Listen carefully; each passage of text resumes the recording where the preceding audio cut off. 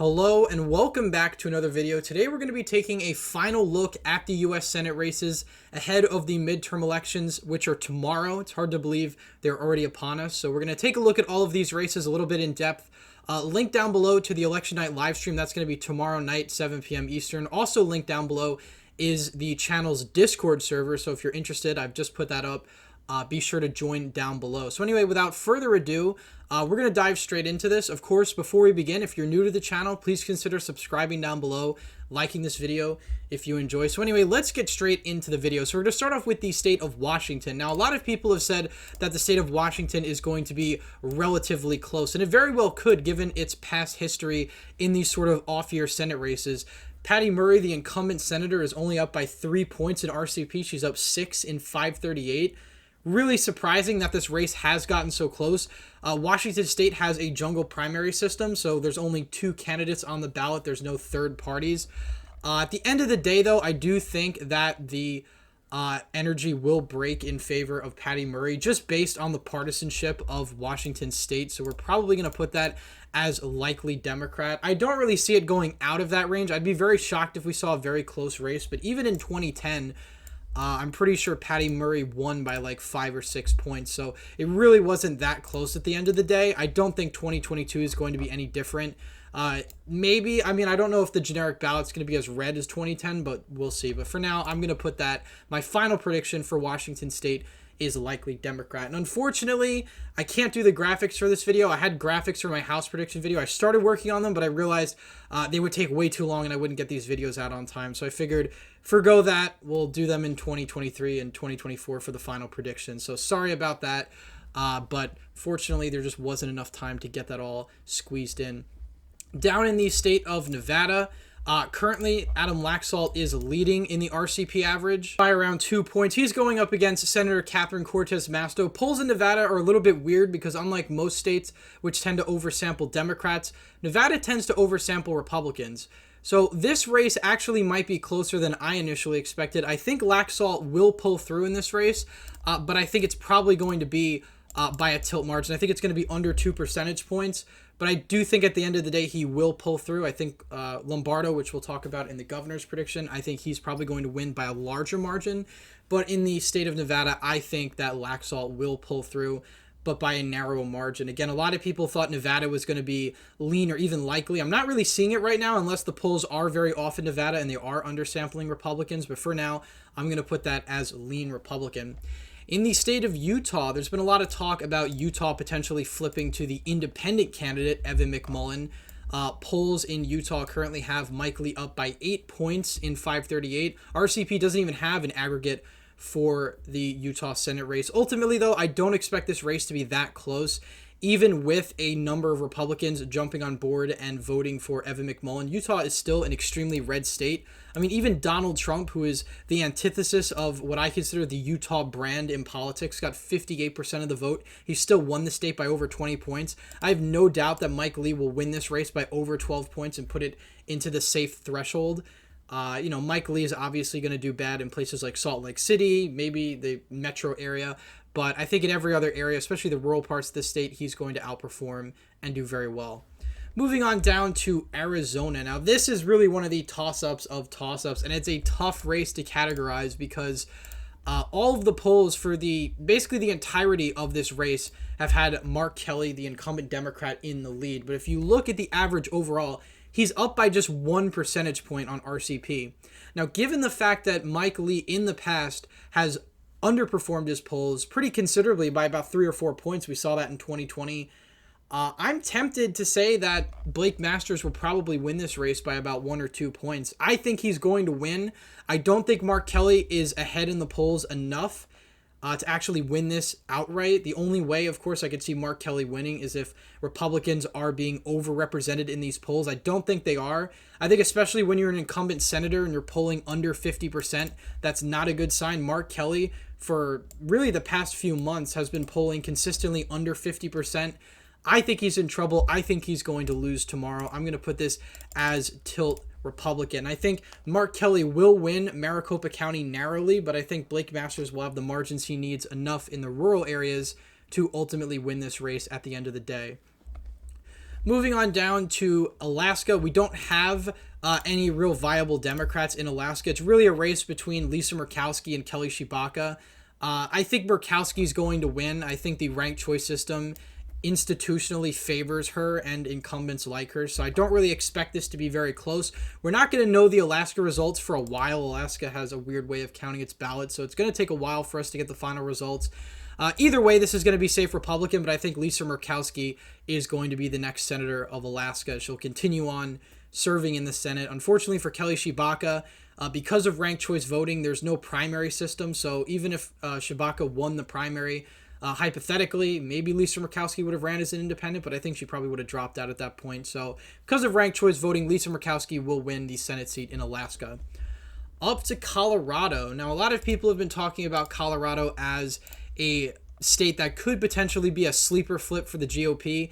I definitely think that's very much a stretch. Of course, if we take a look at some of the latest polls out of Colorado, Trafalgar has Michael Bennet up by just 2 points. Emerson College has him up by about 7.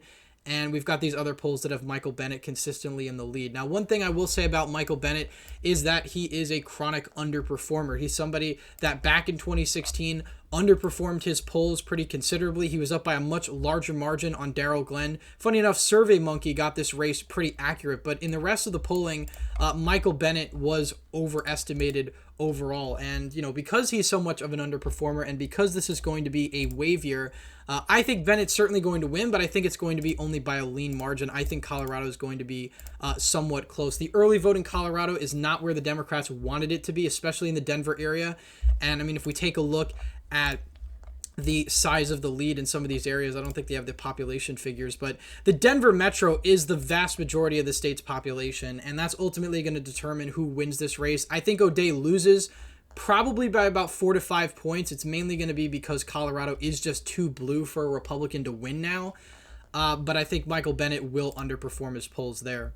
Moving on up to Wisconsin. Now, this is a race that previously a lot of people thought could actually flip early on when we had the whole blue mirage, as I call it, after Roe v. Wade, where some people thought that Ron Johnson was vulnerable. I never bought into that. Ron Johnson is somebody who's always been underestimated in the polls, and now the polls have Ron Johnson up by about 5 or 6 points. The average has him up by 3.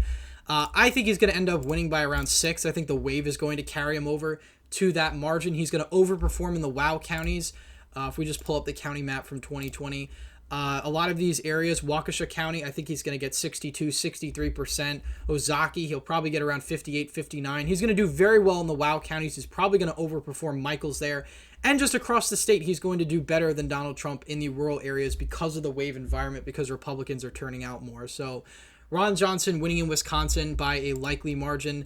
Not too much of a shock, especially given the midterm environment we're expecting for tomorrow. But I'm very confident that he's going to win, and he's going to win by a pretty decent amount. Over to the state of Ohio. Now, Ohio notoriously has very bad polls in general. We saw that in 2016. We saw that in 2018 where Sherrod Brown was even overestimated. I think Mike DeWine was also down in his polls in 2018, if I'm not mistaken. But Vance has taken a huge lead in the polls now. Research Co. Trafalgar has him up by a much larger margin.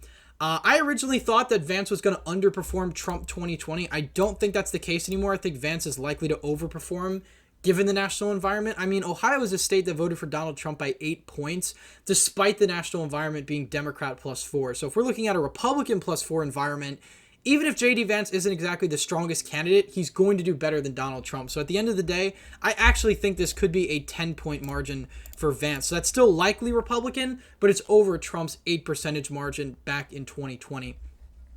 Up in the state of New Hampshire. Now, this state has narrowed up quite a bit in just the past couple of weeks. Don Bolduc has really benefited from this late Republican surge that we saw just in the last couple of weeks. If we take a look at the polling now, Maggie Hassan is up by just 0.7 in RCP. FiveThirtyEight, she's up by 1.8. That's not exactly where you want to be as an incumbent. You want to comfortably be up 2, 3, but not even 2. You want to be up 4 or 5 points. She's only up by 0.7. Momentum is on Bolduc's side. New Hampshire barely has early voting. I just found that out a couple of days ago. Early voting in New Hampshire is very restricted. So really nobody has voted in the state yet. They won't be voting until tomorrow. This is a tough state to categorize, and I'm really back and forth as to whether or not Republicans will actually end up winning this state. If we go back to 2020, this was a state that swung pretty hard against Donald Trump. He lost the state by around 7 points, over 7 percentage points. This is tough to categorize. It's a very swingy state. It's a state that tends to split its tickets a lot. Chris Sununu is going to go on to win by a safe margin. That's not really in the question. It's really a question of whether or not he's going to have coattails this time around, which back in 2020, he really didn't have coattails. Don't think he's going to have them this time, but Bolduc may very well win on his own merit. But I am going to give the slight advantage to Maggie Hassan. I think she'll win very narrowly by a tilt margin. Again, this race really is 50-50. I just think Hassan has a 51-49 chance here. Could very well be wrong. It's definitely my least confident prediction, but I think New Hampshire will narrowly go to Maggie Hassan. In the state of Connecticut, I think Levy's probably going to break 43%, but Blumenthal is still going to win by a safe margin. He's going to win by 12 points. I think you're going to have the usual suspects going red in the state of Connecticut. That is, of course, Litchfield and Windham counties. I think the rest of the counties are going to stay blue there. So still a safe margin, but a closer race for Blumenthal than he's used to. Moving on down to Pennsylvania. Now, this is really the second to last of the toss-ups. We've already gone through Nevada, Arizona. Now it's time to go through Pennsylvania. This state is going to be really interesting because, to be quite honest, I could still see a scenario where both Oz wins and a scenario where Fetterman wins, and I'll explain why. If we take a look at the polls down here, we've currently got the averages all over the place. Well, just before when I checked it, actually like 10 minutes ago, Fetterman was up in some of the averages. I guess we got a new poll. Research Co. has Fetterman up by 1. Insider Advantage has Oz up 2. Trafalgar Oz 2. Remington Research Oz 3. This is tough because some have argued that a lot of the latest polls that have come out of Pennsylvania are more Republican leaning. They're skewing the average. Oz has a number of flaws as a candidate. Of course, Republicans aren't exactly really enthusiastic about Oz being their nominee. Republicans are, not as... Democrats are very excited about John Fetterman and Josh Shapiro. There's a lot of energy, especially in the Philadelphia suburbs, for these candidates. I think turnout's going to be very high in Pennsylvania. In terms of the early vote, Democrats have been doing better in terms of overall percentage. It's really a question of what the election day vote ultimately holds. Given the fact that polls in Pennsylvania tend to undersample Republicans overall, and given the fact that we're talking about an R+4 year, at least in my prediction, Oz is going to win. I don't think he's going to win by a spectacular amount. I think he wins by around 1.5%-ish, 1 point or so. If Oz was a stronger candidate, I would say he'd probably win by 2, 3, but Republicans have a low ceiling in Pennsylvania. The Philadelphia collar counties are blue now. They're decently blue. I think Oz will win Bucks. I think he'll win Northampton. I think he wins Erie. Potentially Dauphin, although I think he'll lose that by a plurality. But Republicans do have a low ceiling in Pennsylvania. Unless there's a sleeper flip, unless we see Lackawanna flip red, unless we see Monroe. I could see Monroe potentially flipping red in this election, which is quite a shock. Don't think it's going to happen, but I could see it potentially. I wish I had my county graphics up because I would have the county map for you. Maybe I'll post that at some later date, or maybe tomorrow in the community tab. I'll have my graphics for all of the races. But ultimately, I think John Fetterman will lose this race by about a point or so. If Oz was a stronger candidate, perhaps if the base was more united around him, we'd see a larger margin. But I think just given that infighting and given the dynamics of the race, I think Oz is going to win, but he's going to underperform the poll swing that we would expect from other Republicans. Moving on down to North Carolina, this isn't going to be that competitive. This is going to be likely for Bud. I think ultimately he's probably going to win by 6 points. Sherry Beasley, is an average candidate. She was the former Supreme Court justice, or the Chief Justice of the North Carolina Supreme Court, before she lost her re-election in 2020. I think that was a big red flag, number one, that she lost in 2020 during a sort of blue year. But now in RCP, Bud is up by around 5 in the average, 5.5. I think he's going to win by 6. I think you're going to see him do better in a lot of the urban counties. Wake County, Mecklenburg, I think he can get that down. Maybe Beasley will get 63 there. So he's going to do better marginally in these urban areas, probably slightly better in the rurals, and you're going to see a 6-point margin in North Carolina. Down in Georgia, I think that Kemp being on the ballot is probably the best thing that could happen to Herschel Walker. If we look at the polls now, and again, we're a day out, Walker's up by 0.6. Walker's up by 1 in 538. If the polls are accurate, we're looking at a runoff. I think the polls are going to be underestimating Walker, especially since Kemp is doing so well in the polls. I think he's up by 8 in RCP. If Kemp is actually winning by 8 points, there's no way this goes to a runoff election. I think Walker's going to win at the end of the day. I think he'll win by about 2 to 3 points. I think Kemp being on the ballot, again, is a saving grace for him because on his own, he might be in danger of losing, or at least going into a runoff and then losing the runoff. But I think Walker, at the end of the day, will win this race by about 2 to 3 points. Finally, we go on to the state of Florida. The early vote has been tremendously good for the GOP. Marco Rubio is up by 7 in the polls. I think he's easily going to win this by around 12 points. That's a bit of a stretch, you would argue, but looking at the early vote data, the fact that Miami-Dade County is majority or plurality Republican in the early vote, Marco Rubio is going to do extremely well, and Ron DeSantis is going to do even better than him. So we're looking at safe red Florida this time around. A lot of these counties, Pinellas, Hillsborough, these are going to go comfortably for Marco Rubio. Palm Beach is going to be close. Miami-Dade will go to Marco Rubio. Obviously Duval County, and of course he's going to be running it up in the rest of these rural counties. So anyway, this is my final Senate prediction, 53-47 for the GOP. Again, New Hampshire I'm a bit less confident about, but if I had to rank this race, I would give it narrowly to Maggie Hassan. But if Republicans are having a good night, she very well could lose that race.